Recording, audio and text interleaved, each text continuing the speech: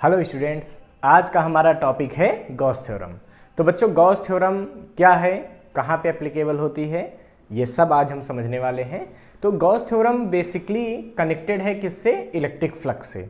Gauss theorem किसी close surface से पास होने वाले इलेक्ट्रिक फ्लक्स के बारे में आइडिया देती है। तो हमारे हिसाब से आपको पहले इलेक्ट्रिक फ्लक्स के बारे में पूरी जानकारी होनी चाहिए। तो जिन बच्चों को इलेक्ट्रिक फ्लक्स की अगर जानकारी कम है वो हमारा इससे पहले वाला लेक्चर इलेक्ट्रोस्टैटिक का देख सकते हैं। ठीक है, इलेक्ट्रिक फ्लक्स बाय गौरव मिश्रा टाइप कीजिए, आपको हमारा लेक्चर मिल जाएगा। तो बच्चों, इलेक्ट्रिक फ्लक्स तो बेसिक आइडिया हम लोगों को है ही क्या कि अगर कोई भी सरफेस है, मान लीजिए ये कोई भी सरफेस है, ठीक है, और इस सरफेस से एक इलेक्ट्रिक फील्ड ऐसे पास हो रही है। ये इलेक्ट्रिक फील्ड इस सरफेस से कुछ इस तरीके से पास हो रही है, ठीक है। और पहले तो इस सरफेस पर कोई एरिया वेक्टर सेलेक्ट करते हैं। मान लीजिए आपने कहा ये एरिया वेक्टर आपने सेलेक्ट किया, ये एरिया वेक्टर कहाँ गया? ये एरिया वेक्टर हमेशा आपको पता है परपेंडिकुलर टू द सरफेस, तो ये डी ए हमारा क्या हो गया? एरिया वेक्टर हो गया, जबकि ई क्या हो गई? इलेक्ट्रिक फील्ड हो गई, ठीक है। सपोज कीजिए एरिया वेक्टर थीटा एंगल पर है इलेक्ट्रिक फील्ड से, तो इलेक्ट्रिक फ्लक्स मैथमेटिकली हम कैसे लिखते हैं कि D phi is equal to E dot D A का इंटीग्रेशन, ठीक है। ये फार्मूला किसका है बच्चों? इलेक्ट्रिक फ्लक्स का है। किससे? किसी भी सरफेस से जाने वाला इलेक्ट्रिक फ्लक्स इस फार्मूले से कैलकुलेट किया जा सकता है। अब बच्चों, अगर बेसिक बात आप यहां पे ये देखिए कि इनक्लोज्ड सरफेस की हमको यहां पे जरूरत पड़ेगी, ठीक है। तो क्लोज सरफेस कौन सा होता है? तो कोई भी 3D सरफेस, कोई भी 3D डायग्राम जो होता है उसको हम बोलते हैं कि ये क्या है? क्लोज सरफेस, मतलब जिसका वॉल्यूम हो। जैसे स्फेयर, ये क्लोज सरफेस हो सकता है। क्यूब, इस तरीके से कोई भी सरफेस जिसका अपना वॉल्यूम हो, इसके अंदर क्या होना चाहिए? वॉल्यूम होना चाहिए। वो जरूर नहीं कि रेगुलर वाला ही हो, इरेगुलर में भी हो सकता है। तो वो हो सकता है कि उसमें क्या होगा, ये एक क्लोज सरफेस की तरह काउंट किया जा सकता है। बच्चों, आपको एक बात का तो बेसिक आइडिया मैं पहले भी दे चुका हूं कि जो क्लोज सरफेस होता है उसका एरिया वेक्टर हमेशा आउटवर्ड होता है। जैसे यहां का इधर, ठीक है, यहां का एरिया वेक्टर इधर, इस सरफेस का एरिया वेक्टर इधर, यहां का इधर। अगर कोई स्फेरिकल सरफेस है तो इसका एरिया वेक्टर इधर, इस पॉइंट का एरिया वेक्टर इधर, इस पॉइंट का एरिया वेक्टर, यहां का एरिया वेक्टर इधर, यहां का एरिया वेक्टर इधर, यहां का एरिया वेक्टर इधर। मींस जो क्लोज सरफेस होता है उसका एरिया वेक्टर हमेशा किधर होता है? आउटवर्ड होता है। तो यहां पर बच्चों आपको एक बात और समझ में आनी चाहिए कि अगर बेसिक बात मैं करूं कि अगर किसी क्लोज सरफेस में इलेक्ट्रिक फील्ड लाइन अंदर की तरफ आ रही है, ठीक है, तो फ्लक्स निगेटिव होना चाहिए।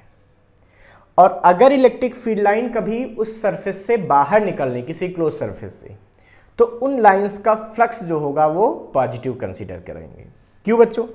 जैसे मान लीजिए किसी भी सरफेस में आप देख लीजिए, मान लीजिए कि एक आपने क्यूब ले लिया, ठीक है, और क्यूब में कहीं से ये इलेक्ट्रिक फील्ड लाइन इस साइड से इंटर करे,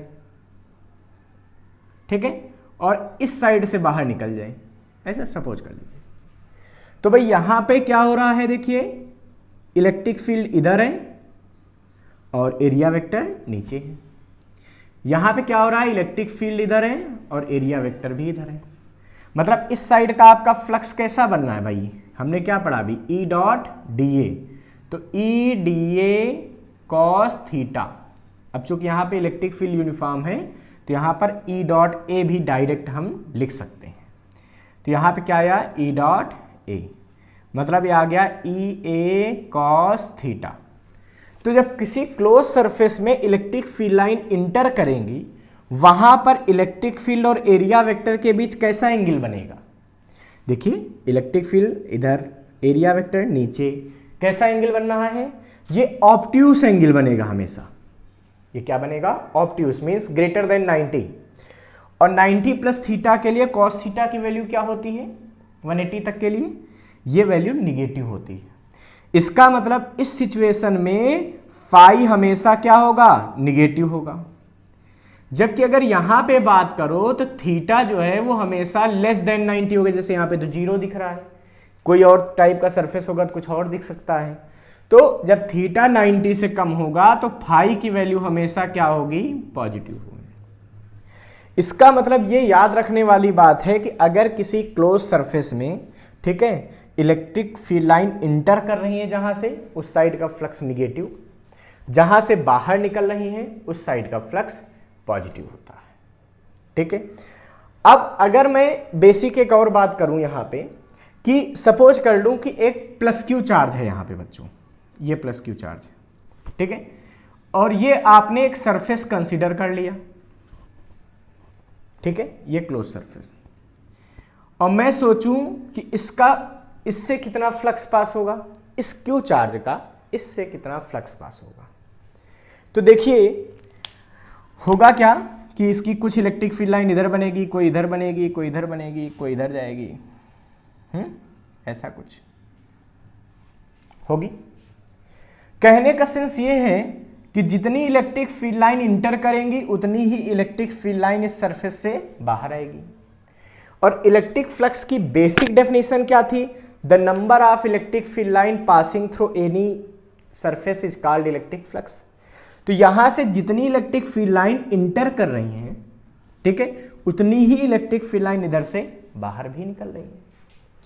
इसका मतलब यह हुआ कि यहां पे जितना फ्लक्स निगेटिव होगा उतना ही फ्लक्स पॉजिटिव होगा। तो अगर हम बात करें कि इससे पास होने वाला नेट फ्लक्स कितना है, तो ये क्या होगा, 0 होगा। इस क्लोज सरफेस से बाहर रखे चार्ज की वजह से पास होने वाला नेट फ्लक्स क्या है, 0 होगा। अब अगर बच्चों हम गॉस थ्योरम पढ़ लेंगे तो ये चीज हमको करके नहीं देखनी पड़ेगी, ये हमको अपने आप पता चल जाएगा। ये कमाल है गॉस थ्योरम का। तो चलिए स्टार्ट करते हैं गॉस थ्योरम को। फ्लक्स का आपको बेसिक आइडिया मैंने दे दिया कि इलेक्ट्रिक फ्लक्स क्या होता है, ई डॉट डी ए होता है, ठीक है, और किसी क्लोज सरफेस में जहां से इलेक्ट्रिक फील्ड लाइन इंटर करती हैं वहां का फ्लक्स निगेटिव, जहां पे बाहर जाती हैं वहां का फ्लक्स पॉजिटिव। और किसी भी क्लोज सरफेस के बाहर अगर चार्ज रखा हो तो क्लोज सरफेस से पास होने वाला नेट फ्लक्स 0 हो जाता है। ये कुछ बेसिक आइडिया थे इलेक्ट्रिक फ्लक्स के जो यहाँ पर गॉस थ्योरम में यूज होने, वो मैंने आपको दे दिए। अगर आपको गॉस थ्योरम का और अच्छा कंटेंट चाहिए, आप और अच्छे से इसको जो है पढ़ना चाहते हैं, इसके कुछ न्यूमेरिकल्स ट्राई करना चाहते हैं, तो आप हमारा इससे पहले वाला वीडियो देख लीजिए। उसके लिए आप यूट्यूब पे टाइप कीजिए इलेक्ट्रिक फ्लक्स बाय गौरव मिश्रा। आपको वहाँ पे इलेक्ट्रिक फ्लक्स के बारे में बहुत सारी जानकारी और साथ ही साथ उसके न्यूमेरिकल्स मिल जाएंगे। ठीक है, तो ये बात क्लियर हो गई, इसको हटा दें, नोट कर लीजिए फटाफट। अब देखिए गॉस थ्योरम क्या कहती है। तो गॉस थ्योरम ये कहती है कि the net flux passing through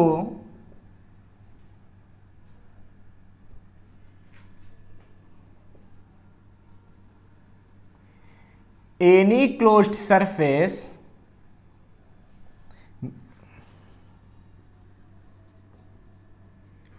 is 1/epsilon 0 times of total charge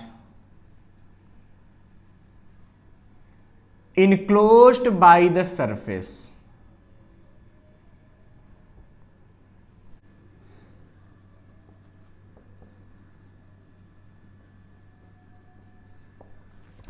तो गॉस थ्योरम क्या कहती है इलेक्ट्रोस्टैटिक में कि the net flux passing through any close surface is 1/epsilon 0 times of the net charge, ठीक है, ये total charge enclosed by the surface.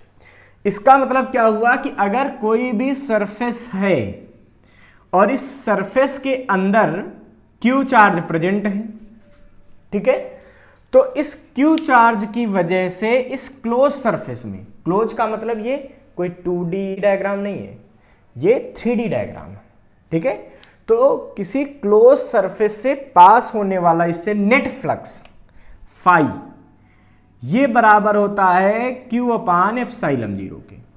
सबसे बड़ी बात है कि ये साइज पर डिपेंड नहीं करता कि मतलब क्लोज सरफेस कितना छोटा है, इसका मतलब चाहे क्यू चार्ज को इतने बड़े सरफेस में रखा जाए, चाहे इसी क्यू चार्ज को आप इतने छोटे से सरफेस में बंद कर दीजिए, चाहे आप क्यू चार्ज को किसी क्यूब के अंदर बंद कर दीजिए, चाहे आप इस चार्ज को किसी भी तरह के सरफेस के अंदर बंद कर दीजिए, ठीक है। किसी छोटे स्फीयर में बंद कर दीजिए इसको,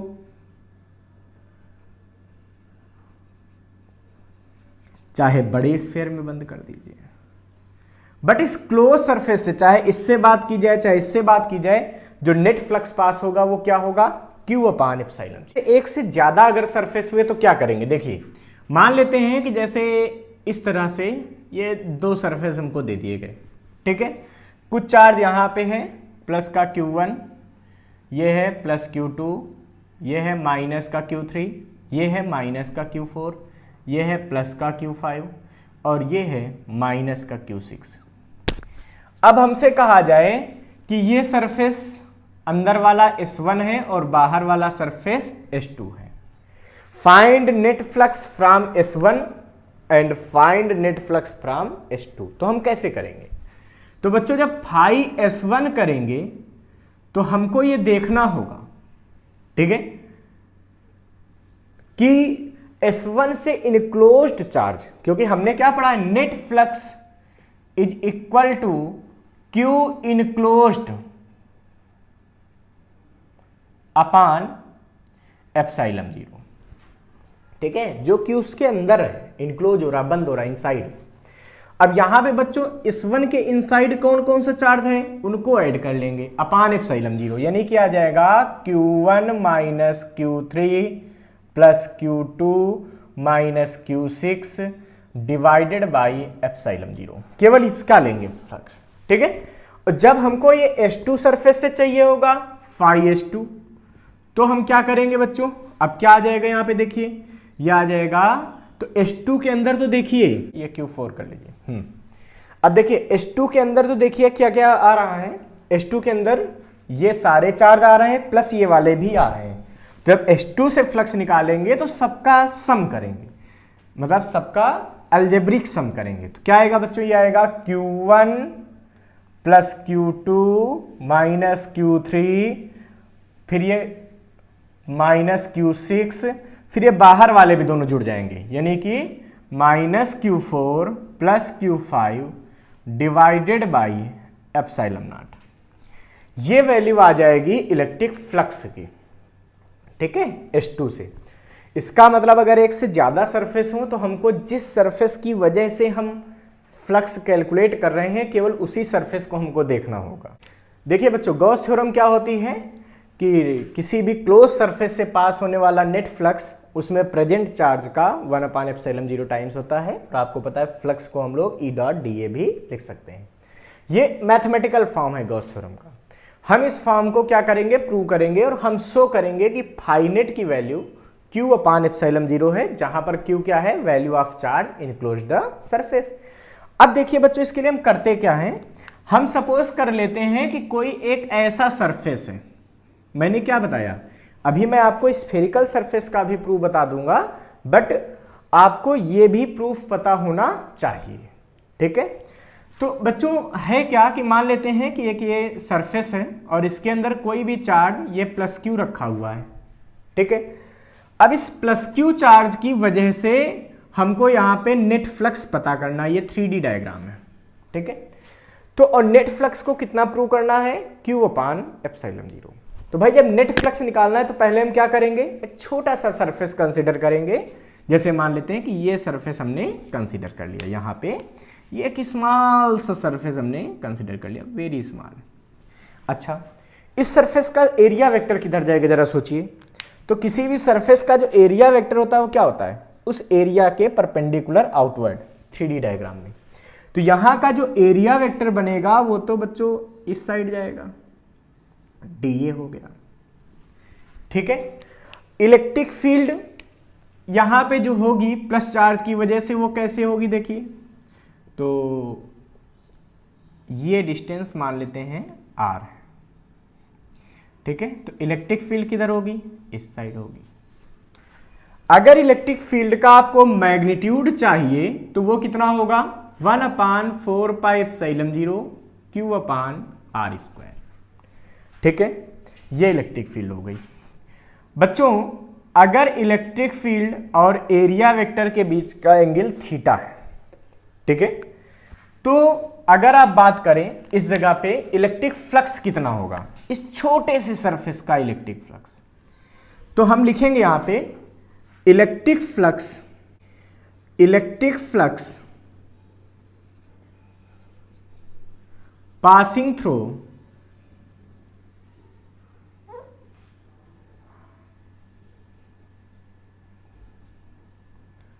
स्मॉल एरिया डीए। ठीक है, इस स्मॉल एरिया से पास होने वाला फ्लक्स कितना होगा, तो ये फ्लक्स होगा बच्चों D phi equal to E dot D A. यानी कि अगर इस फ्लक्स की मैं वैल्यू कैलकुलेट करता हूं तो ये वैल्यू क्या आ जाएगी हमारे पास, ये वैल्यू आ जाएगी D phi equal to E D A cos theta. ऐसा करते हैं, ई की वैल्यू यहां पे पुट कर देते हैं, तो यही डी फाई हम क्या लिख सकते हैं बच्चों इसको, तो डी फाई को लिख सकते हैं 1/4πε0 Q/r²।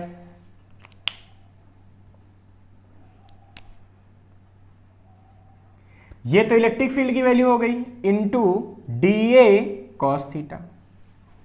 ठीक है, अब जरा ध्यान दीजिए कि अगर कोई एरिया वेक्टर आर से थीटा एंगल पर होता है, ठीक है, तो वहां पे सॉलिड एंगल क्या होता था, ये सॉलिड एंगल। अरे अब आपको लग रहा है यार ये सॉलिड एंगल नई चीज आ गई, अरे कुछ भी नया नहीं है। अगर आपको ये रिलेशन नहीं मालूम है तो आप टाइप कीजिए यूट्यूब पे सॉलिड एंगल बाय गौरव मिश्रा, आपको वहां पे मेरा एक वीडियो मिल जाएगा जिसमें हमने सॉलिड एंगल के बारे में बहुत ढेर सारी बातें की हैं, आप वहां से इसको देख सकते हैं। ठीक है, तो ये डी ओमेगा हो गया, तो इस सॉलिड एंगल की वैल्यू कितनी आ जाएगी सोचिए, तो सॉलिड एंगल का फार्मूला होता है D A cos theta upon R square. कब, जब कोई एरिया किसी आर से थीटा एंगल पर, उस समय ये फार्मूला होता है कि D omega is equal to D A cos theta upon R square. तो यहां पे बच्चों D A cos theta upon R square ये मिलके क्या बन जाएगा, ये बन जाएगा सॉलिड एंगल, यानी कि डी फाई इक्वल टू आ गया 1/4πε0 डी ओमेगा इंटू क्यू। ठीक है, मीन्स Q/4πε0 और D A cos theta upon R square की जगह क्या बन गया, डी ओमेगा बन गया, सॉलिड एंगल बन गया। अब हमको तो चाहिए था भाई टोटल फ्लक्स, नेट फ्लक्स लिखेंगे, सो टोटल फ्लक्स या नेट फ्लक्स, ठीक है, फ्रॉम क्लोज्ड सरफेस। ठीक है, तो क्लोज सरफेस के लिए क्या करेंगे, इसका सरफेस इंटीग्रल कर लेंगे, यानी कि ये आ जाएगा हमारे पास फाई नेट इज इक्वल, तो फाई नेट क्या हो जाएगा, surface integral of E dot D A, E dot D ए ये बन चुका है, यानी कि आ जाएगा Q/4πε0 डी ओमेगा। सोचिए हमने आपको समझा रखा है कि जो सॉलिड एंगल है, ठीक है, उसकी जो टोटल वैल्यू होती है, पूरा इंटीग्रेशन कंप्लीट सॉलिड एंगल कितना होता है, तो आपको पता होना चाहिए कि कंप्लीट सॉलिड एंगल की वैल्यू 4 पाई होती है। इसकी भी प्रूविंग वहीं आपको मिल जाएगी, solid angle by Gaurav Mishra type कीजिए, आपको पूरी इंफॉर्मेशन मिल जाएगी। ठीक है, तो ये बच्चों आ गया डी ओमेगा। तो फाई नेट की वैल्यू क्या मिलेगी यहां पे, तो सोचिए Q/4πε0 डी ओमेगा, तो इसकी वैल्यू क्या आ गई देखिए 4 पाई, ये डी ओमेगा का इंटीग्रेशन क्या आ जाएगा 4 पाई, 4 पाई से 4 पाई क्या हो गए, कैंसिल हो गए। जब 4 पाई से 4 पाई कैंसिल हो गए तो फाई नेट की वैल्यू कितनी आ गई भाई, ये आ गई Q/ε0, यही तो Q था इसके अंदर, Q inside.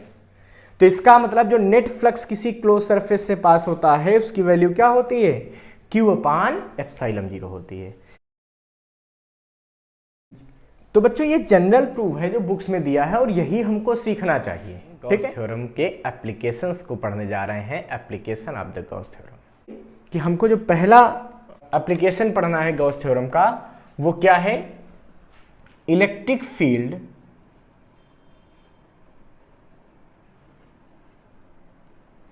Due to a uniformly charged wire of infinite length। ठीक है, अगर इनफाइनाइट लेंथ का वायर हो और वो यूनिफॉर्मली चार्ज्ड हो तो उस वायर की वजह से किसी पॉइंट पर इलेक्ट्रिक फील्ड इंटेंसिटी कैसे निकालेंगे ये हम सीखने जा रहे हैं। बच्चों सपोज कर लेते हैं कि एक ये वायर है, ठीक है, ये वायर है जिस पर हमने पॉजिटिव चार्ज प्लस दे रखा है, ये पॉजिटिव चार्ज हमने इसको दे रखा है। ठीक है, इस वायर की लीनियर चार्ज डेंसिटी लैम्डा है। अब आपके मन में आएगा ये लीनियर चार्ज डेंसिटी क्या होती है, तो लीनियर चार्ज डेंसिटी को हम लोग लैम्डा से लिखते हैं। ठीक है, और लैम्डा इज इक्वल टू होता है Q/L। मीन्स अगर L लेंथ पर Q चार्ज प्रेजेंट है तो Q/L बोलते हैं लीनियर चार्ज डेंसिटी। मतलब हम कह सकते हैं charge present at unit length is called linear charge density. ठीक है, तो ये निकल आया हमारे पास लैम्डा। तो यहां पे माना गया कि चार्ज इस तरह से डिस्ट्रीब्यूट किया गया कि इसमें लीनियर चार्ज डेंसिटी हर जगह क्या है, यूनिफॉर्म है। मतलब एक तरीके से एक जो है कॉन्टिन्यूअस अरेंजमेंट में चार्ज को दे दिया गया। अब बच्चों हमको एक यहां पे कोई पॉइंट मिल गया P। इस पॉइंट P पर हमको इलेक्ट्रिक फील्ड इंटेंसिटी कैलकुलेट करनी है। हम कैसे कैलकुलेट कर सकते हैं, तो इसके लिए हम इस पॉइंट P पर एक गॉसियन सरफेस ड्रा करेंगे। तो यहां कैसा गॉसियन सरफेस बनेगा, यहां बच्चों सिलिंड्रिकल गॉसियन सरफेस बनेगा। क्यों सिलिंड्रिकल बनेगा, क्योंकि सिलिंड्रिकल सरफेस पर एक वायर की वजह से इलेक्ट्रिक फील्ड सिमेट्रिक रहेगी। ठीक है, कि इस गॉसियन सरफेस की जो लेंथ है वो L है। ठीक है, ये है क्या, ये है गॉसियन सरफेस। ठीक है, और इस गॉसियन सरफेस की लेंथ L है।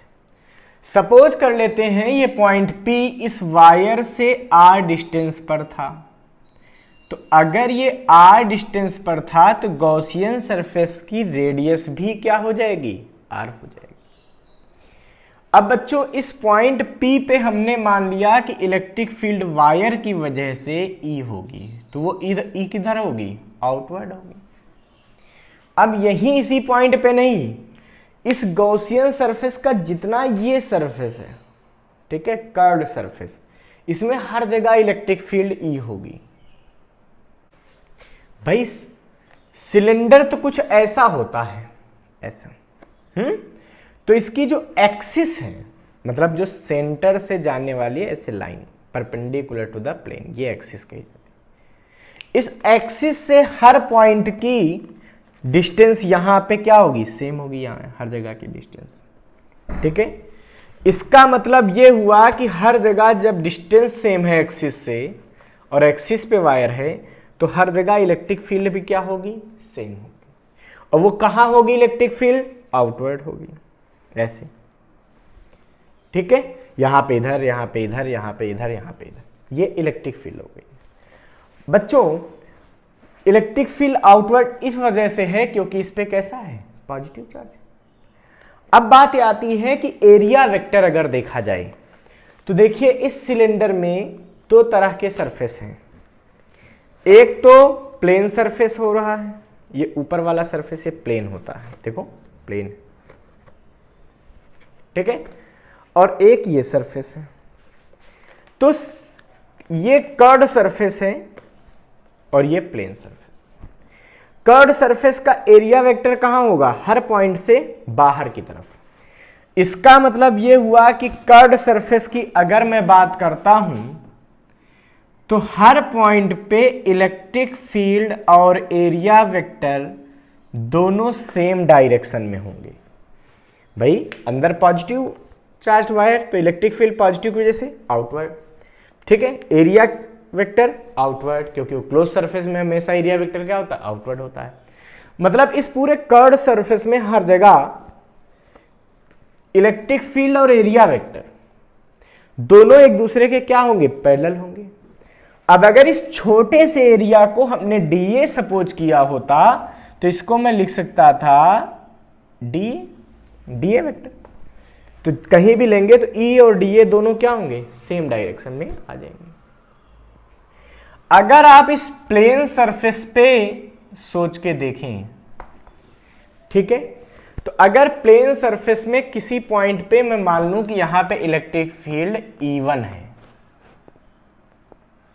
क्योंकि यहां पे इलेक्ट्रिक फील्ड अलग पॉइंट पे अलग अलग होगी, ठीक है, तो इलेक्ट्रिक फील्ड क्या है? मान लीजिए E1। एरिया वेक्टर कहां है?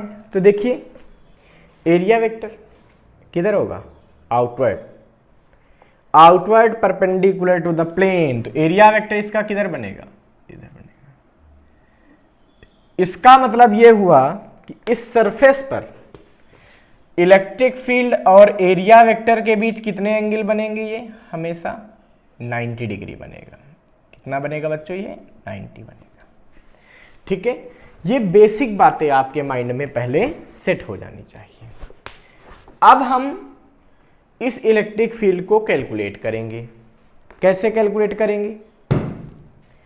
तो बच्चों हम लिखेंगे यहां पे क्या? Electric flux, electric flux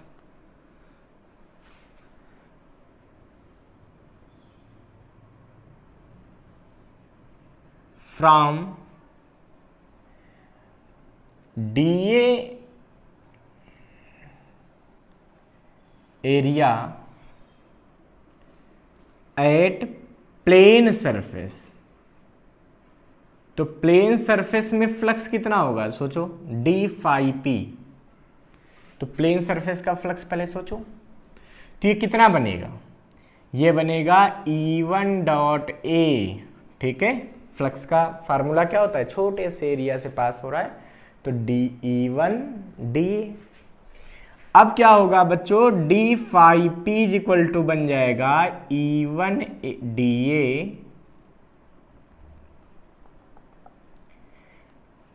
DA cos 90। क्यों? इन दोनों के बीच एंगल कितना है? cos 90। इसका मतलब यह हुआ कि इस सरफेस से, प्लेन सरफेस से पास होने वाला फ्लक्स जीरो हो गया। प्लेन सरफेस से डीए एरिया से पास होने वाला फ्लक्स जीरो हो गया। अब बच्चों जो फ्लक्स पास हो रहा है, अब हम देखेंगे कर्व्ड सरफेस से कितना पास हो रहा है। तो फिर लिखेंगे electric flux from D A area from curved surface. ये एट प्लेन सरफेस हो गया। अब क्या लिखेंगे? At curved surface. तो कर्व्ड सरफेस से अगर आप देखें तो डी फाई सी लिखेंगे इसको। फाई सी मतलब कर्व्ड सरफेस, पी का मतलब प्लेन सरफेस। तो ये क्या होगा बच्चों? ये होगा ई डॉट डी ए। तो D phi C is equal to हो जाएगा E D A cos zero. Cos zero की वैल्यू क्या होती है? 1। इसका मतलब D phi C is equal to हो गया ई डी ए, ठीक है। तो देखिए पूरे प्लेन सरफेस से तो कोई फ्लक्स पास ही नहीं हो रहा, तो टोटल फ्लक्स किससे पास होगा? केवल कर्व सरफेस से। तो जब इंटीग्रेट करेंगे तो हम केवल कर्व सरफेस को ही यूज कर लेंगे, ठीक है। तो अब हम क्या करेंगे कि नेट फ्लक्स निकालेंगे। So net flux passing through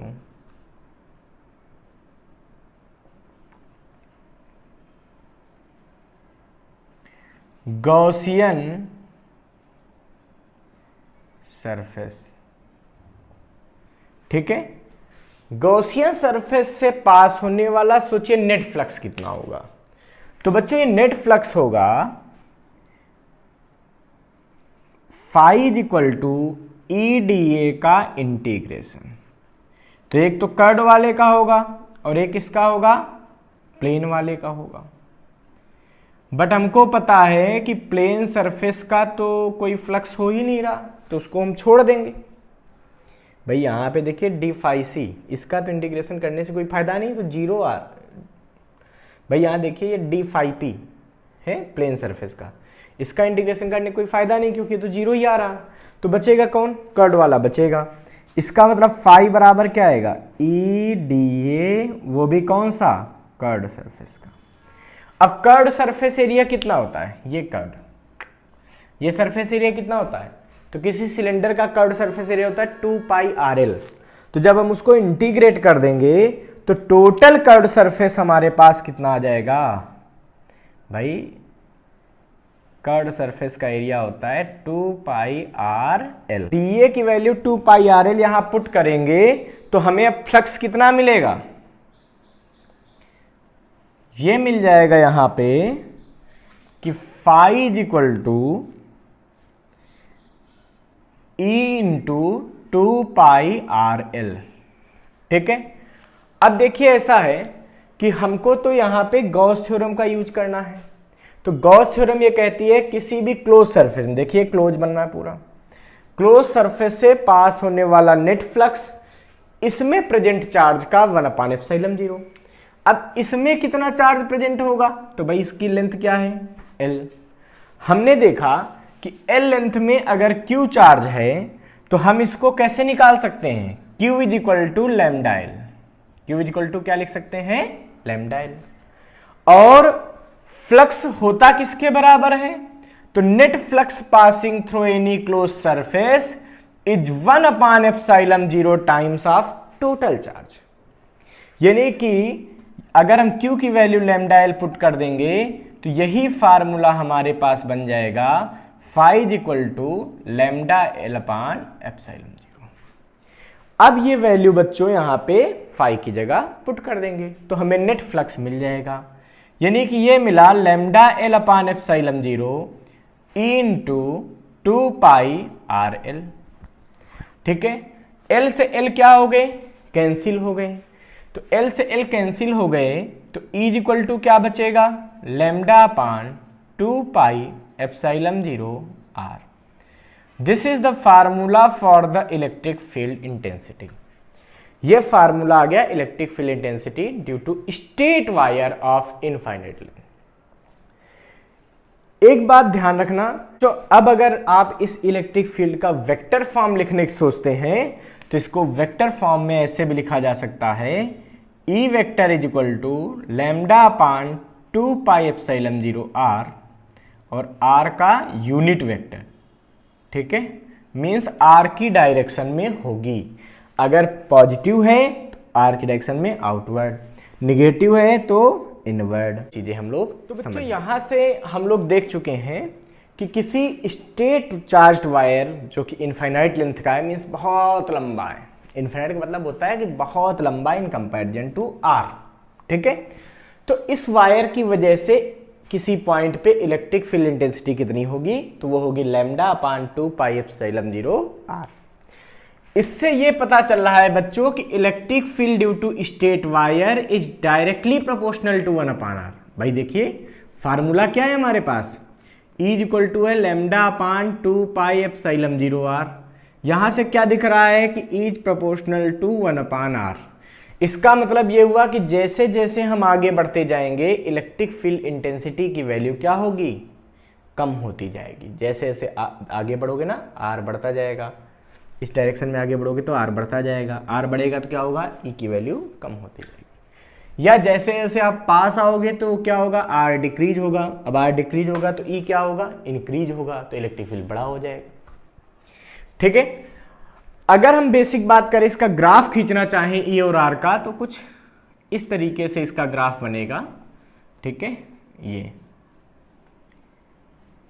ई और आर का कुछ ऐसा ग्राफ बनेगा। ठीक है, मीन्स जैसे जैसे आर की वैल्यू बढ़ती जाएगी वैसे वैसे इलेक्ट्रिक फील्ड की वैल्यू कम होती जाएगी, डिक्रीज होती जाएगी। हम लोग क्या कर रहे हैं, गॉस थ्योरम का एप्लीकेशंस पढ़ रहे हैं, और गॉस थ्योरम के एप्लीकेशंस का एक इंपॉर्टेंट टॉपिक आज हमारे साथ है, electric field due to a uniformly charged plane sheet. कि किसी भी प्लेन शीट जो कि इनफाइनाइटली सेपरेटेड है, ठीक है, उसकी वजह से इलेक्ट्रिक फील्ड इंटेंसिटी कैसे निकालें। तो बच्चों हम लोग इसको गॉस थ्योरम की हेल्प से बहुत ही इजीली कैलकुलेट कर सकते हैं। इसके साथ ही आज हम आपको यहाँ पे कैलकुलेट करना सिखाएंगे कि अगर कोई थिक प्लेट हो, अभी तो ये बहुत थिन प्लेट की वजह से हम लोग यहाँ पे निकालेंगे, क्योंकि प्लेन शीट का मतलब है कि बहुत थिन, वेरी थिन कोई प्लेट है, उसकी वजह से हम इलेक्ट्रिक फील्ड इंटेंसिटी निकालेंगे। फिर हम आपको बताएंगे कि अगर वो प्लेट थिक हो जाए तो इलेक्ट्रिक फील्ड इंटेंसिटी को कैसे फाइंड करेंगे। अगर वो थिक कंडक्टिंग प्लेट हो या थिक नॉन कंडक्टिंग प्लेट हो तो उसकी वजह से इलेक्ट्रिक फील्ड कैसे निकालेंगे। इसका मतलब आज हमको ढेर सारी बातें करनी है, और बिल्कुल कॉपी पेन लेके रेडी हो जाइए हमारी इस क्लास को समझने के लिए। तो सबसे पहला टॉपिक हम शुरू करते हैं कि electric field intensity due to uniformly charged infinite plane sheet. तो देखिए बच्चों, मान लेते हैं कि एक प्लेन शीट है कुछ इस तरीके से, ठीक है, जो कि इनफाइनाइटली सेपरेटेड है। इनफाइनाइट मतलब इधर चली गई है आगे तक, इनफाइनाइट तक, नीचे भी चली गई है इनफाइनाइट तक। और इस शीट पे चार्ज हमने दे रखा है कुछ इस तरीके से, पॉजिटिव चार्ज है ऐसा मान के चलते हैं, कुछ इस तरीके से यूनिफॉर्मली ये चार्ज। सबसे बड़ी बात यह है कि इस प्लेट पर सरफेस चार्ज डेंसिटी सिग्मा है। बच्चों सरफेस चार्ज डेंसिटी क्या होती है ये हमको समझ लेना चाहिए। सरफेस चार्ज डेंसिटी, इसको हम लोग लिखते हैं सिग्मा से, और सिग्मा इज इक्वल टू होता है क्यू अपान ए। देखिए इस पूरी सीट का तो चार्ज हम निकाल नहीं पाएंगे, इनफाइनाइट सेपरेशन दे दिया गया। वैसे इनफाइनाइट का मतलब ये नहीं कि जरूरी कि वो इतनी बड़ी हो कि बिल्कुल पाताल लोक से लेकर स्वर्गलोक तक बनी हो, नहीं। होता क्या है कि जो डिस्टेंस हम यहां लेंगे जहां पे हमें इलेक्ट्रिक फील्ड निकालनी है, ये मान लो पॉइंट लिया जहां पे हमें इलेक्ट्रिक फील्ड इंटेंसिटी फाइंड करनी है, इस पॉइंट की जो डिस्टेंस है इस सीट के सेंटर से, उससे ये बहुत दूर होना चाहिए, मतलब उसके रिस्पेक्ट में ये बहुत बड़ी होनी चाहिए। इस पॉइंट के रिस्पेक्ट में इस प्लेट की सेपरेशन बहुत ज्यादा होनी चाहिए, ठीक है, तो हम इसको इनफाइनाइट सीट कह सकते हैं। अब बच्चों बात यहां पे ये आती है कि जैसे हमने कहा कि यहां पे हमने कोई पॉइंट P सपोज कर लिया। अच्छा एक बात और है, सेपरेशन इधर ही इनफाइनाइट नहीं होना चाहिए, जो बाहर ऐसे जा रहा है ना ये भी इनफाइनाइट, पूरा इधर भी इनफाइनाइट इधर भी इनफाइनाइट, ये ऐसी शीट होती है, ठीक है। अब हमको इस पॉइंट पे इलेक्ट्रिक फील्ड इंटेंसिटी निकालनी है। इसके लिए हमने कहा सरफेस चार्ज डेंसिटी की जरूरत पड़ेगी। क्यों? क्योंकि हमको एक छोटे से एरिया का चार्ज निकालना होगा। तो छोटे से एरिया का कैसे चार्ज निकालेंगे? तो मान लेते हैं कि इस प्लेट की सरफेस चार्ज डेंसिटी सिग्मा है, तो अगर सिग्मा सरफेस चार्ज डेंसिटी है तो ए एरिया में चार्ज कितना हो जाएगा? सिग्मा इंटू ए, क्योंकि सिग्मा हो गया Q upon A, means charge present at unit area. तो सरफेस चार्ज डेंसिटी का मतलब हो गया charge present at unit area. तो जब यूनिट एरिया पे चार्ज सिग्मा है तो ए एरिया पे कितना होगा? सिग्मा इंटू ए होगा। कैलकुलेट कर लेंगे। बच्चों इस P पॉइंट पे इलेक्ट्रिक फील्ड इंटेंसिटी हमको फाइंड करनी है। तो हम क्या करेंगे, हम यहां से ये सोचेंगे कि अगर हम यहां से एक गॉसियन सरफेस ड्रा कर लें। आपको पता है कि जब भी गॉस थ्योरम का यूज करना होता है तो हमको इस सरफेस को इनक्लोज करना पड़ता है, बंद करना पड़ता है। तो हम क्या करेंगे, यहाँ पे एक गॉसियन सरफेस ड्रा करेंगे, कुछ ऐसा। तो वो तो आर पार बनेगा भाई, ऐसे पीछे तक, यहाँ तक, जितना आगे उतना ही पीछे, तब तो चार्ज इनक्लोज होगा। अब ये चार्ज क्या हो गया, इनक्लोज हो गया ऐसे। ठीक है, ये हमने गॉसियन सरफेस यहाँ पे ले लिया। कितने एरिया का गॉसियन सरफेस लिया बच्चों, हमने ए एरिया का गॉसियन सरफेस लिया। ठीक है, अब सोचिए इस पॉजिटिव प्लेट की वजह से इलेक्ट्रिक फील्ड किधर होगी, वो इलेक्ट्रिक फील्ड होगी आउटवर्ड। इस गॉसियन सरफेस का यहां का एरिया वेक्टर किधर होगा, वो भी होगा आउटवर्ड। इसी तरीके से इस जो ये प्लेट है सीधी सीधी और पॉइंट एक इधर माना था, तो इलेक्ट्रिक फील्ड आउटवर्ड। अब एक दूसरा पॉइंट पीछे आ रहा है, तो इसकी वजह से यहां इलेक्ट्रिक फील्ड क्या होगी, इधर आउटवर्ड। इधर आउटवर्ड का मतलब ये इलेक्ट्रिक फील्ड कहां जाएगी, इधर। इसका एरिया वेक्टर इधर कहां जाएगा बच्चों, इधर। ठीक है, देखिए जो भी फ्लक्स पास होगा वो प्लेन सरफेस से ही पास होगा। जो सिलेंडर दिख रहा है, इस सिलेंडर के प्लेन सरफेस से फ्लक्स पास होगा। क्यों, क्योंकि प्लेन सरफेस में ई और ए दोनों पैरेलल हो रहे हैं। पैरेलल हो रहे हैं तो फ्लक्स का फार्मूला होता है ई डॉट ए, तो वो जीरो नहीं हो पाएगा। अगर आपने इस सिलेंडर के कर्व्ड सरफेस की बात की, ठीक है, कहीं भी कर्व्ड सरफेस आप सेलेक्ट कर लीजिए, मान लीजिए आपने यहां कहा, तो भाई कर्व्ड सरफेस का एरिया वेक्टर किधर होगा, परपेंडिकुलर आउटवर्ड, इधर। इसकी वजह से यहां इलेक्ट्रिक फील्ड किधर होगी, इधर। तो इलेक्ट्रिक फील्ड इधर, एरिया वेक्टर इधर। मतलब जो सिलेंडर आपने माना है ऐसा, उस सिलेंडर के कर्व्ड सरफेस पे एरिया वेक्टर और इलेक्ट्रिक फील्ड परपेंडिकुलर होंगे, तो कर्व्ड सरफेस से कोई फ्लक्स पास नहीं होगा। जो भी फ्लक्स पास होगा इसमें प्लेन सरफेस से होगा। समझ गए? तो लिखेंगे, अब ऐसा नहीं कि इधर का कर्व्ड सरफेस नहीं ले सकते तो इधर ले लो, इधर भी लेने की कोशिश करो। कहीं भी मान लो आपने कहा ये कर्व्ड सरफेस लेंगे, तो इसका एरिया वेक्टर क्या होगा, ये। इलेक्ट्रिक फील्ड किधर होगी, ये। इलेक्ट्रिक फील्ड और एरिया वेक्टर में कितना एंगल हो गया, 90 डिग्री। और फ्लक्स का फार्मूला क्या होता है, ई डॉट ए। तो जब ये 90 डिग्री हो जाएगा तो यहाँ का फ्लक्स कितना हो जाएगा,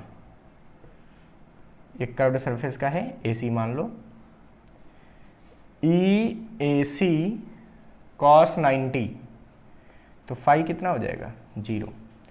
तो ध्यान रखना कि जो सिलिंड्रिकल सरफेस बनेगा गॉसियन का, उसके कर्व्ड सरफेस से कोई फ्लक्स पास नहीं होगा। जो भी फ्लक्स पास होगा वो कहाँ से पास होगा, प्लेन सरफेस से।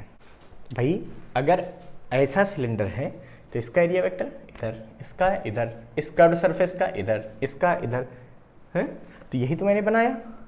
अब यहाँ पे हर जगह क्या होगा, कर्व्ड सरफेस से फ्लक्स निकालेंगे तो क्या आएगा, 0 आएगा। तो जो भी फ्लक्स पास होना वो कहाँ से पास होगा, जहाँ पे E और A के बीच का एंगल 0। तो यहाँ पे लिखेंगे बच्चों, net flux passing through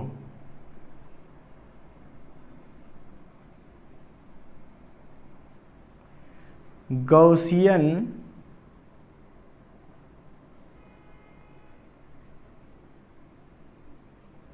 surface. कितना नेट फ्लक्स पास होगा सोचिए, तो इसको मैं लिखूंगा phi is equal to E dot A plus E dot A. ठीक है, अब अगर इन दोनों को हम ऐड कर लें तो क्या होगा बच्चों, ये फाई इक्वल टू हो जाएगा 2E डॉट ए। देखिए ये E डॉट ए लेना होगा प्लेन सरफेस का, ठीक है, क्योंकि कर्व्ड सरफेस का फ्लक्स कितना हो रहा है, 0 हो रहा है। तो कर्व्ड सरफेस का फ्लक्स तो 0 था, फाई सी कर्व्ड सरफेस का वो क्या था, 0। यानी कि फाई इक्वल टू बचेगा इधर सीधा सीधा E A 2E A cos 0 degree, क्योंकि यहाँ पे E और A के बीच का एंगल कितना है 0, यहाँ पे E और A के बीच का एंगल कितना है 0, बाकी सबका फ्लक्स क्या हो रहा है, बाकी सबका फ्लक्स 0 हो रहा है, क्योंकि बाकी हर जगह इलेक्ट्रिक फील्ड एरिया वेक्टर के परपेंडिकुलर। तो फाई इक्वल टू कितना आ जाएगा, यहां से देखिए 2EA। आपको पता है कि जो नेट फ्लक्स पास होता है वो बराबर होता है Q अपान एप्सिलॉन 0। यहां पे वैल्यू पुट कर दीजिए, तो क्या बचेगा, Q inside upon epsilon 0 is equal to 2EA। अगर आप ध्यान से देखें तो आप प्लेट पे कितना एरिया कवर कर रहे हैं, A। प्लेट पे आपको कितना एरिया मिला, A। आपको पता है इसकी सरफेस चार्ज डेंसिटी क्या है, सिग्मा। इसका मतलब यूनिट एरिया पे कितना चार्ज है, सिग्मा।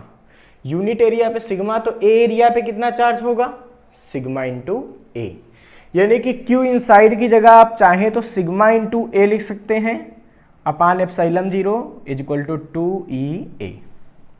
ठीक है, तो इसको और थोड़ा सॉल्व करेंगे, ए से ए को हम कैंसिल कर सकते हैं, तो E इज इक्वल टू हमारे पास फार्मूला निकलेगा सिग्मा अपान 2 एप्सिलॉन नॉट।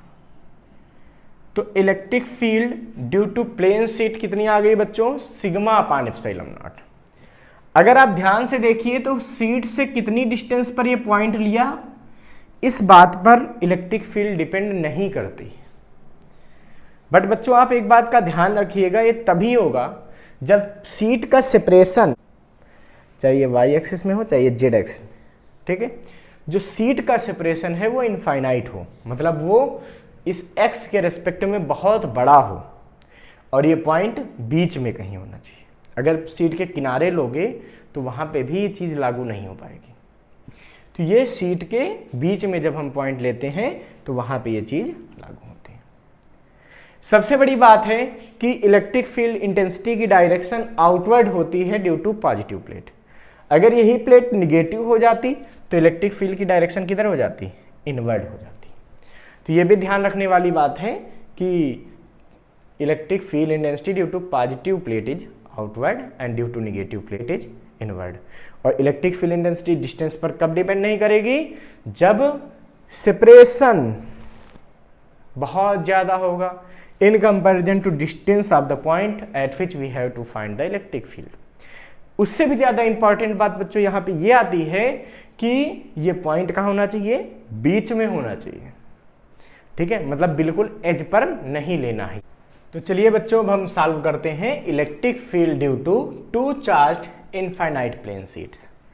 तो बच्चों हम ऐसा करते हैं कि मान लेते हैं कि दो इनफाइनाइट सेपरेशन की ये प्लेट्स रखी हुई हैं। ये आपको लाइन से दिख रही है बट रियल में क्या है, ऐसे पूरा फैली हुई है, ऊपर तक बिल्कुल ऐसे रखी हुई है। ठीक है, ये शीट फैली हुई है इनफाइनाइट तक, इंटेंसिटी निकालनी है। हम मान लेते हैं कि इन दोनों पे हमने प्लस चार्ज दे रखा है, सिमिलर चार्ज्ड हैं ये प्लेटें कैसी हैं बच्चों, सिमिलर चार्ज्ड हैं। यहां पे लिख देते हैं ये कैसी है, ये है क्या हो गई, सिमिलर चार्ज्ड प्लेट हो गई। ठीक है, इसका मतलब ये दोनों क्या हो गई, पॉजिटिव हो गई। ठीक है, हम मान लेते हैं बच्चों कि इस पर सरफेस चार्ज डेंसिटी सिग्मा है और इस पर सरफेस चार्ज डेंसिटी सिग्मा 2 है। इस पर सिग्मा 1 है और इस पर क्या है, सिग्मा 2 है।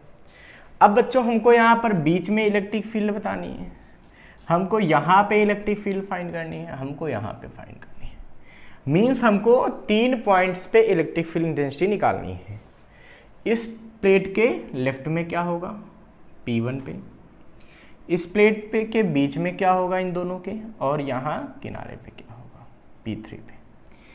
अब बच्चों हम ये भी मान लेते हैं कि पहली प्लेट की सरफेस चार्ज डेंसिटी ज़्यादा है दूसरी प्लेट से, मतलब sigma 1 is greater than sigma 2।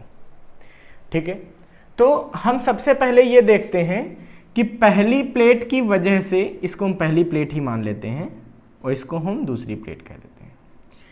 तो हम मान लेते हैं कि भाई P1 पॉइंट पे पहली प्लेट की वजह से इलेक्ट्रिक फील्ड कितनी होगी, सोचो, और दूसरी प्लेट की वजह से इलेक्ट्रिक फील्ड कितनी होगी।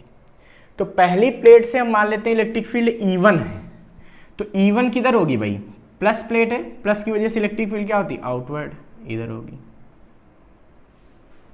ठीक है, दूसरी प्लेट की वजह से इलेक्ट्रिक फील्ड इंटेंसिटी किधर होगी, सोचो, वो भी प्लस है, आउटवर्ड इधर। अगर आप बीच में बात करेंगे तो पहली प्लेट की वजह से इलेक्ट्रिक फील्ड किधर होगी, इधर। दूसरी प्लेट की वजह से इलेक्ट्रिक फील्ड किधर होगी, इधर। तीसरे पॉइंट पे बात करेंगे तो पहली प्लेट की वजह से इलेक्ट्रिक फील्ड किधर होगी बच्चों, आउटवर्ड। दूसरी प्लेट की वजह से इलेक्ट्रिक फील्ड आउटवर्ड। ठीक है, इसका मतलब ये हुआ कि पहली प्लेट की वजह से इलेक्ट्रिक फील्ड हमेशा आउटवर्ड हमने ली दोनों तरफ, और दूसरी प्लेट की वजह से भी इलेक्ट्रिक फील्ड इधर आउटवर्ड, तो इधर लिया तो आउटवर्ड। ठीक है, हमको ये तो पता ही है कि electric field intensity due to sheet vary नहीं करती विद डिस्टेंस, लेकिन कब, जब डिस्टेंस बहुत छोटी होती है in comparison to its separation. ठीक है, तो अभी हम छोटा ही मान के चलते हैं कि ये सब डिस्टेंस बहुत छोटे छोटे हैं इन कंपैरिजन टू इसके सेपरेशन, कि ये जो सेपरेशन है उससे ये बहुत छोटी डिस्टेंस है। ठीक है, आपको पता है कि E1 की वैल्यू हर जगह क्या आएगी, सिग्मा अपान 2 एप्सिलॉन 0। अभी हमने कैलकुलेट किया था, E1 इक्वल टू क्या आ जाएगी, सिग्मा अपान 2 एप्सिलॉन 0। दूसरी प्लेट की वजह से इलेक्ट्रिक फील्ड इंटेंसिटी कितनी आएगी सोचो, तो इसकी सिग्मा 1 अपान एप्सिलॉन 0 ना, क्योंकि पहले पे सरफेस चार्ज डेंसिटी क्या है, सिग्मा है, दूसरे पे कितनी है, सिग्मा 2 है, तो सिग्मा 2 अपान 2 एप्सिलॉन 0। ठीक है, तो अगर P1 पॉइंट पे निकालना हो इलेक्ट्रिक फील्ड तो क्या निकलेगी, electric field intensity at P1 कितनी निकलेगी, ये निकलेगी E equal to E1 plus E2 sigma 1 upon 2 epsilon 0 plus sigma 2 upon 2 epsilon 0। इसका मतलब ये इलेक्ट्रिक फील्ड इंटेंसिटी आ जाएगी sigma 1 plus sigma 2 upon 2 epsilon 0। ठीक है, इसके बाद बच्चों electric field intensity at P2 अगर निकालनी हो तो क्या आएगी, सोचिए यहां पे, तो यहां पे इलेक्ट्रिक फील्ड एक दूसरे के क्या है, अपोजिट है। जब तो वेक्टर एक दूसरे के अपोजिट होते हैं तो उनका रिजल्टेंट एक दूसरे में घटा के निकालते हैं। अब इसमें E1 में E2 को घटाएं या E2 में E1 को घटाएं, तो हमको देख के पता चल रहा है कि इलेक्ट्रिक फील्ड किसकी बड़ी है, बड़े में छोटे को घटा दो, रिजल्टेंट निकल आएगा। ठीक है, क्यों, क्योंकि दोनों एक दूसरे के अपोजिट हैं। रियल में यहां भी लाभ पैरेललोग्राम ही लगाते हैं, बट आपको पता है ना, अभी रिजल्टेंट निकाले तो क्या निकलेगा, E1 square plus E2 square plus 2E1 E2 cos 180 और पूरे का अंडर रूट, ये रिजल्टेंट आएगा। जब उसको तुम सॉल्व करोगे ना तो E1 माइनस E2 ही निकल के आएगा, इसीलिए हम लोग इसको E1 माइनस E2 डायरेक्ट कर लेते हैं। तो ये E इस सेकेंड मान लेते हैं जो निकलेगा, ये कितना निकलेगा सोचिए, ये निकलेगा E1 माइनस E2। तो E सेकेंड की वैल्यू कितनी होगी बच्चों, sigma 1 upon 2 epsilon 0 minus sigma 2 upon 2 epsilon 0, मतलब sigma 1 minus sigma 2 upon 2 epsilon 0, ये E सेकेंड आ जाएगा।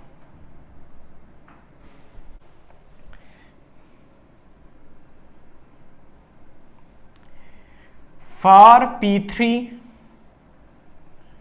अगर P3 पे बात करो तो क्या आएगा भाई, E थर्ड बराबर E1 प्लस E2। क्यों, क्योंकि वहां भी दोनों इलेक्ट्रिक फील्ड क्या है, सेम डायरेक्शन में, और जब दो वेक्टर सेम डायरेक्शन में होते हैं तो उनका रिजल्टेंट उनको जोड़ कर आता है।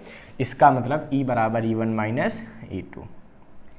E थर्ड आ जाएगा sigma 1 upon 2 epsilon 0 plus sigma 1 अपान सिग्मा 2 अपान 2 एप्सिलॉन 0, तो ये आ जाएगा sigma 1 plus sigma 2 upon 2 epsilon 0। बेटा एक बात और ध्यान रखना, कुछ बुक्स में ये केस तब भी आता है जब सिग्मा 1 इक्वल टू सिग्मा 2 हो जाए। ठीक है, तो अगर स्पेशल केस ऐसा ले लें कि for sigma 1 is equal to sigma 2, तो यहाँ की इलेक्ट्रिक फील्ड क्या होगी, यहाँ की क्या होगी, यहाँ की क्या होगी, आप इजीली कैलकुलेट कर सकते हैं। भाई यहाँ की इलेक्ट्रिक फील्ड रिजल्टेंट किधर आई, सोचो इधर जाएगी, ई नेट, ई फर्स्ट थी। यहाँ पे नेट इलेक्ट्रिक फील्ड किधर जाएगी, दोनों को घटा के निकाला था, तो रिजल्टेंट किधर जाएगी, तो रिजल्टेंट हमेशा उधर जाती है जो वेक्टर बड़ा होता है। जब दो चीज़ें अपोजिट में लगती हैं, जैसे किसी बॉडी पर दो अपोजिट में फोर्स लगाते हो, तो बॉडी किधर जाती है, जिधर बड़ा फोर्स लगता है, जिधर बड़ा वेक्टर होगा उधर ही रिजल्टेंट जाएगा, जब दो चीज़ें दो वेक्टर अपोजिट में काम कर रहे होंगे। इसका मतलब यहाँ पे जो इलेक्ट्रिक फील्ड रिजल्टेंट जाएगी वो किधर जाएगी, E1 ग्रेटर थी सिग्मा 1 की वजह से, तो ये इधर जाएगी। ठीक है, इसकी जो रिजल्टेंट आई है वो किधर जाएगी, वो इधर जाएगी। वो तो सेम ही डायरेक्शन में थे, उसमें कोई दिक्कत नहीं। तो अगर सिग्मा 1 और सिग्मा 2 बराबर हो जाए तो पहले पॉइंट की इलेक्ट्रिक फील्ड क्या आ जाएगी, ई फर्स्ट। देखिए ई फर्स्ट क्या आया था, ये आया था sigma 1 plus sigma 2 upon 2 epsilon 0। तो दोनों जुड़ जाएंगे। मान लीजिए दोनों सिग्मा कह दिए गए, तो क्या आएगा, sigma plus sigma upon 2 epsilon 0। इसका मतलब ई फर्स्ट हो जाएगा सिग्मा अपान एप्सिलॉन 0। कब, जब दोनों प्लेटों की सरफेस चार्ज डेंसिटी इक्वल होगी। ठीक है, ई सेकेंड सोचिए उसके लिए कितना आएगा इस सिचुएशन के लिए, तो सिग्मा 1 और सिग्मा 2 बराबर आपने कर दिए। तो अब ई सेकेंड की वैल्यू ये क्या आएगी बच्चों, ये आएगी sigma minus sigma upon 2 epsilon 0। मतलब इस सिचुएशन में बीच में चार्ज 0 हो जाएगा। ई थर्ड कितना आएगा, ये वाला, ये भी वही sigma plus sigma upon 2 epsilon 0। मतलब ई थर्ड हो जाएगा सिग्मा अपान एप्सिलॉन 0। क्यों, 2 सिग्मा अपान 2 एप्सिलॉन 0, 2 2 कैंसिल और ये आ गया। ठीक है, इस तरीके से इलेक्ट्रिक फील्ड इंटेंसिटी हम कैलकुलेट कर सकते हैं इन सारे पॉइंट्स पे। ठीक है, अब हम बात करते हैं कि जब ये डिसिमिलर प्लेट्स हैं, मींस एक पॉजिटिव है और दूसरी निगेटिव है, तब क्या होगा, तब इलेक्ट्रिक फील्ड यहाँ यहाँ यहाँ कैसे वेरी करेगी। तो अब हमने सपोज कर लिया कि दो डिसिमिलर प्लेट्स हैं, मीन्स एक पॉजिटिव है तो दूसरी निगेटिव है। पहली प्लेट पर सरफेस चार्ज डेंसिटी सिग्मा 1 है, जबकि दूसरी प्लेट पर surface charge density minus sigma 2 है। बच्चों अब हमको इन दोनों प्लेट्स के बीच में इलेक्ट्रिक फील्ड इंटेंसिटी फाइंड करनी है। एक इधर लेफ्ट में इधर फाइंड करनी है और एक इधर राइट में फाइंड करनी है। ठीक है, ये पॉइंट सपोज कर लेते हैं P1 है, ये सपोज कर लेते हैं P2 है और ये सपोज कर लेते हैं P3। इन तीनों पॉइंट्स पे हमको इलेक्ट्रिक फील्ड इंटेंसिटी निकालनी है। हमको ये तो पता है कि पहली प्लेट की वजह से उसके आसपास, चाहे यहाँ यहाँ यहाँ यहाँ यहाँ यहाँ यहाँ यहाँ यहाँ यहाँ सब जगह, हर जगह इलेक्ट्रिक फील्ड सेम होती है। और ये कितनी होती है, पहले प्लेट की वजह से electric field sigma 1 upon 2 epsilon 0। जबकि जो दूसरी प्लेट है इसकी वजह से यहाँ पे इलेक्ट्रिक फील्ड क्या होगी, सिग्मा 2 अपान 2 एप्सिलॉन 0। यहाँ पे क्या होगी, सिग्मा 2 अपान 2 एप्सिलॉन 0। यहाँ पे क्या होगी, सिग्मा 2 अपान 2 एप्सिलॉन 0। क्यों, क्योंकि ये प्लेट क्या है, इनफाइनाइट सेपरेशन की, और ये डिस्टेंसेस बहुत कम है उस इनफाइनाइट सेपरेशन के रिस्पेक्ट में। इसका मतलब है कि जो हमारे पास E2 प्लेट है, दूसरी प्लेट है, उसकी वजह से इलेक्ट्रिक फील्ड इंटेंसिटी आ जाएगी सिग्मा 2 अपान 2 एप्सिलॉन 0। फिर वही बात, डायरेक्शन देखी जाएगी। पहले पॉइंट पे पॉजिटिव प्लेट की वजह से इलेक्ट्रिक फील्ड क्या होगी, आउटवर्ड, तो आउटवर्ड का मतलब इधर। दूसरी प्लेट की वजह से तो ये अपनी तरफ खींचेगी, इनवर्ड, इलेक्ट्रिक फील्ड क्या होगी, इनवर्ड इस पॉइंट पे, तो ये इसकी तरफ आ जाएगी। ठीक है, अगर इस पॉइंट पे बात करें तो पहली प्लेट की वजह से इलेक्ट्रिक फील्ड आउटवर्ड E1 इधर, दूसरी प्लेट की वजह से इलेक्ट्रिक फील्ड इनवर्ड इधर। तो पहली से इलेक्ट्रिक फील्ड आउटवर्ड, दूसरी से इनवर्ड। यहां पे बात करें तो बच्चों क्या होगा, पहले की वजह से इलेक्ट्रिक फील्ड आउटवर्ड मतलब इधर, इसकी वजह से क्या होगी इलेक्ट्रिक फील्ड इनवर्ड मतलब इधर।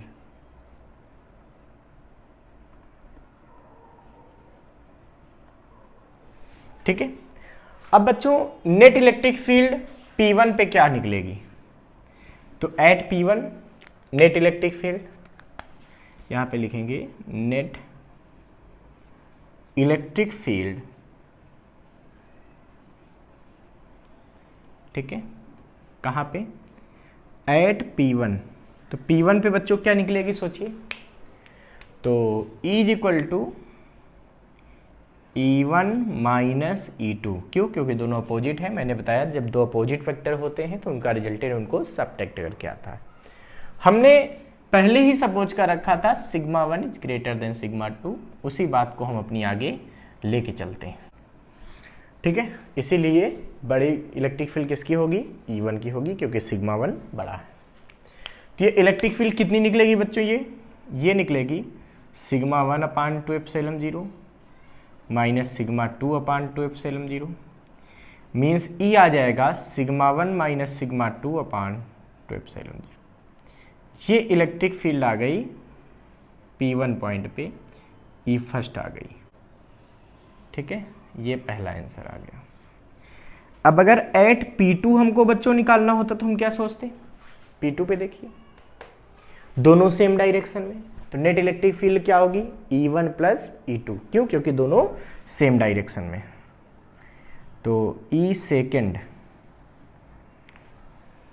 इज इक्वल टू, ये क्या आएगा, E1 plus E2। Value put कर दीजिए,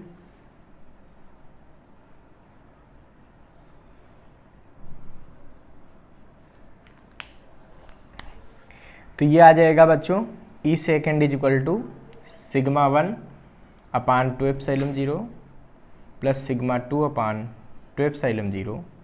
जब इनको हम ऐड करेंगे तो E सेकेंड की वैल्यू आ जाएगी sigma 1 plus sigma 2 upon 2 epsilon 0, ठीक है। अगर हम P3 पॉइंट पे फिर निकालते हैं तो P3 पॉइंट पे भी वही केस बनेगा कि दोनों अपोजिट हो रहे हैं, तो एट P3 भी हमारे पास क्या आएगा, तो ये आ जाएगा बच्चों E third is equal to, ये भी आ जाएगा E1 माइनस E2। क्यों, क्योंकि दो अपोजिट वेक्टर्स हैं तो इनका रिजल्टेंट इनको घटाकर निकाला जाएगा। अब क्या आएगा आंसर यहाँ पे बच्चों, E थर्ड की वैल्यू ये आ जाएगा E1 माइनस E2, यानी कि डायरेक्ट वैल्यू पुट करेंगे तो क्या आएगा sigma 1 upon 2 epsilon 0 minus sigma 2 upon 2 epsilon 0, मतलब E थर्ड आ जाएगा sigma 1 minus sigma 2 upon 2 epsilon 0। अब बच्चों अगर मैं बात करता हूं यहाँ पे, ठीक है, कि अगर ऐसा हो जाए कि दोनों प्लेट की सरफेस चार्ज डेंसिटी सेम हो जाए, मतलब इफ, ये स्पेशल कंडीशन होती है, ठीक है,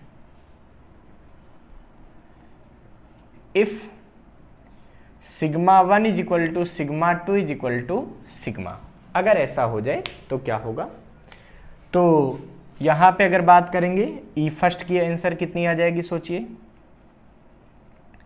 ये आ जाएगी देखिए sigma 1 minus sigma 2 upon 2 epsilon 0, यानी कि हो जाएगा sigma minus sigma upon 2 epsilon 0, यानी कि ई फर्स्ट की वैल्यू क्या आ जाएगी 0, ठीक है। सेकंड केस ई सेकंड कितना हो जाएगा, तो ये बन जाएगा सिग्मा अपान sigma plus sigma upon 2 epsilon 0, यानी कि ये आ जाएगा सिग्मा अपान एप्सिलॉन 0। देखिए 2 सिग्मा अपान 2 एप्सिलॉन 0 यानी कि सिग्मा अपान एप्सिलॉन 0। जो थर्ड सिचुएशन है ई थर्ड की, ये भी कितनी आ जाएगी, साफ साफ दिख रहा है sigma minus sigma upon 2 epsilon 0, यानी कि ई थर्ड की वैल्यू भी 0 आ जाएगी। तो यहाँ से कहने का सेंस ये हुआ कि अगर दोनों प्लेटों पर सरफेस चार्ज डेंसिटी सेम है, ठीक है, भले एक पॉजिटिव और एक निगेटिव है, तो बाहर हर जगह इलेक्ट्रिक फील्ड क्या होगी, दोनों तरफ 0 होगी। जो भी इलेक्ट्रिक फील्ड होगी बीच में होगी, और कितनी होगी, सिग्मा अपान एप्सिलॉन 0। लेकिन तब होगा जब दोनों की सरफेस चार्ज डेंसिटी क्या है, इक्वल है।